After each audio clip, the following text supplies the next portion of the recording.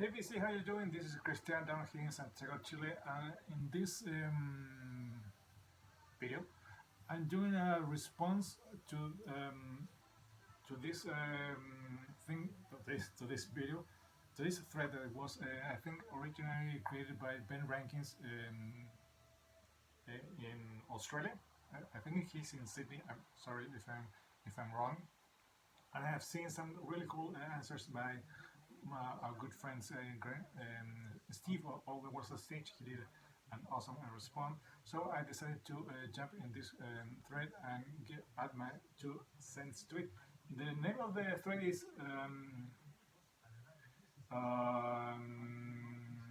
if you think the question to make, you have a good if you wonder if you have the best record collection in YouTube or something like that. To me, I don't think I have the best record collection in any shape or form. But at least it's the best record collection in my family, and that's enough for me. So, question number 1: is diversity in your collection important? To me, first you have to describe or define what do you think about diversity. If diversity means you have to have in your collection from I don't know, from techno music, jazz, country, rhythm and blues to extreme music, that could be fine. But to me, I'm not that diverse. I think my 2 main styles of music that I listen is, if you can classify it as rock and pop.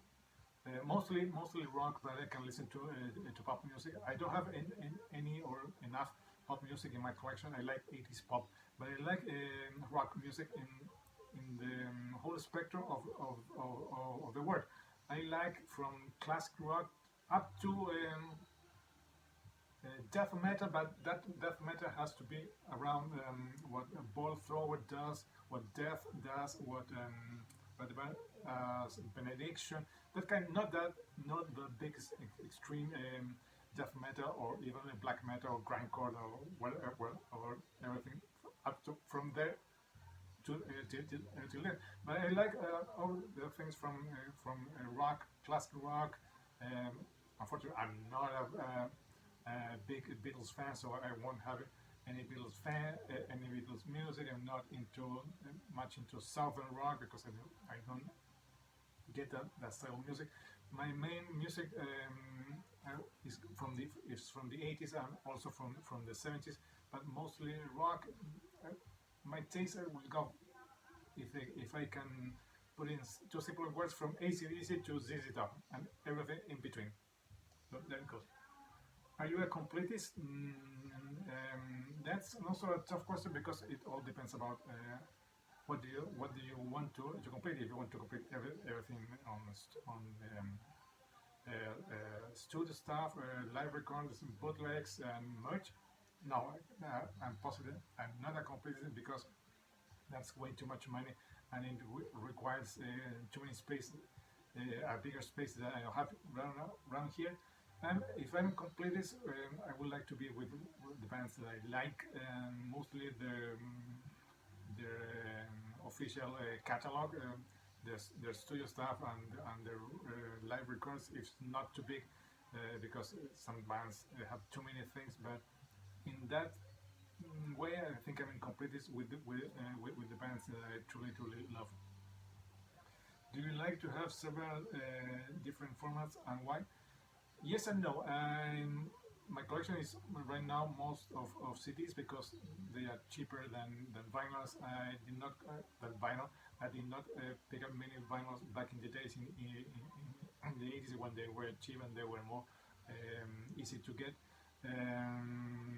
But I have some things in different formats, like some Maiden stuff, some Van Halen, and some Sabbath stuff that I have in different formats. I think I would like to have in different formats the big names, the things that I really like. Those things I would like to have them in different formats, like the CDs, vinyl, and even cassettes, if I can get them for a fair price. And I'm not going to spend waste money on something like a cassette or a vinyl or a CD that I won't be playing because it's way too expensive. No, no, no. I would like to have. If I'm going to buy one thing, I'm going to play it. I'm going to spin it. I'm going to use it. I'm going to listen to it. Is having all the classics more important than having the obscurities that no one else has? Yes and no. To me, I think there are some classics that I want and I need to have, but I also would like to have some obscure things that makes my collection a little bit more rich.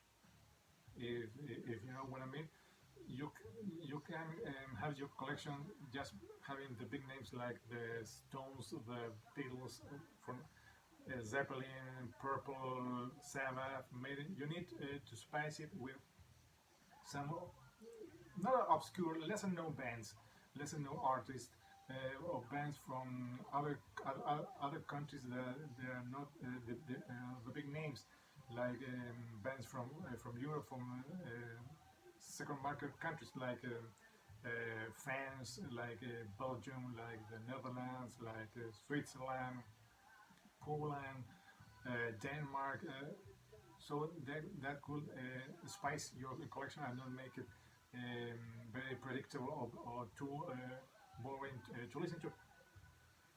Is having which is important to you, or you have it with reissues? Yes, I'm having with reissues. I have no problem at all. Because waste, not wasting, spending money, way too much money on a piece of wax. Sometimes it doesn't make sense to me.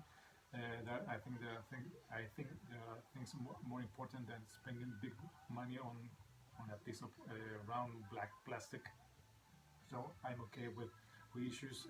Sometimes they are the best thing to acquire a release you can get because the price is out of discussion. Is the size of your collection important?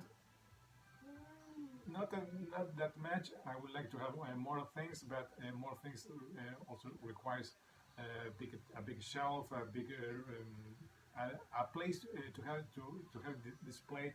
Probably don't need to have it on boxes or under bed or in a closet or in a storage room. It has to be manageable. If you want to listen to music, you have to know where it is and where to pick it. And so I would like to have my collection in a way that is manageable, like to have it all in one place, so it will be easy to reach out and pick up the music that I need or I want to listen to. Do you prefer your collection to be well curated or a mixed bag of wonderful weirdness? Kind of a little bit a mix of those things. I like to be well curated in as I was telling before, the bigger names, like for example, again, Maiden, have everything from the catalog, and they have some wonderful weirdness, like some Maiden related things, solo stuff, like from the Bruce solo stuff, the Adrian Smith solo stuff, Paul Diano, and things related to those bands, and also some oddities like bands from different countries or stuff like that, but not so weird things because I know the things I like, and I like the things like not so traditional, but not so weird that I will listen to it only once in a lifetime, and they would be like Glenn Calloway says, dust collector. Do you care what other things of your collection and or collection habits obsession? No, because around my circle, nobody else collects music. I think around I don't know many people who collects music, and I think it's okay. I don't have I have an obsession. I like music. I like to collect, but I know that I can only manage a certain amount, a quantity of music. I don't want it to be so big that that you end up forgetting you have some music in your collection, and some things it can go years and years, and you have never listened to some stuff, or you listen to it once and you completely forgot about it. And so that's why I that's yeah, that's how my habit collection. And I'm not obsessed in having many weird pressings, or having one thing in different pressing, because it's how you have, because you need you need the urge to collect all those things, because that's another part of that's not listening to music. That's almost like a job you have, when you need the urge to go after some particular pressing, because it's weird, because it's unique, it's rare, and you need that to complete the collection. Uh, if I have it in one format, in two formats, three formats, that's okay by me. But I not need something that becomes an obsession, if you know what I mean. Do you see collection in terms of what you have or what you don't have? No, I see it in terms of what I have. I'm okay with the way it is. I want more things. Yes, I want more things. There are some of those things that I want to have are not so tough to get. So I'm okay with those. I'm okay. I'm okay with getting those things in the next future. One thing at a time. I'm not in a hurry to get more stuff, because the more stuff I get in my collection, the more time I need to listen to them. And you have to you have to realize, we don't have in this age we are now right now, we don't have the time we used to have in when we were kids. We have almost all day, or many days, to listen to one record many times, or you don't have the amount of music you are available to get right now. And you can delve into one record and get into it, recognize it, learn it, appreciate it. Now you get one thing, you get another thing, you get digital downloads, you get YouTube, you get many things, you get Spotify, and you get stuff, but sometimes you don't listen to it properly, and it get filed in your shelf, and there it goes. Where it all ends. I think it will end when I decided, no, I can't listen to this anymore. I don't have the space, I don't have the money, I don't have the eager to listen to more of this, or maybe if I think the music I'm getting is not with me in that era of my life, if you know what I mean. If I think this music I listen, it doesn't fit me, then I will stop, and I don't know what that will be, or how many years that will be. Does it even matter in the big scheme of things? No, it doesn't matter at all.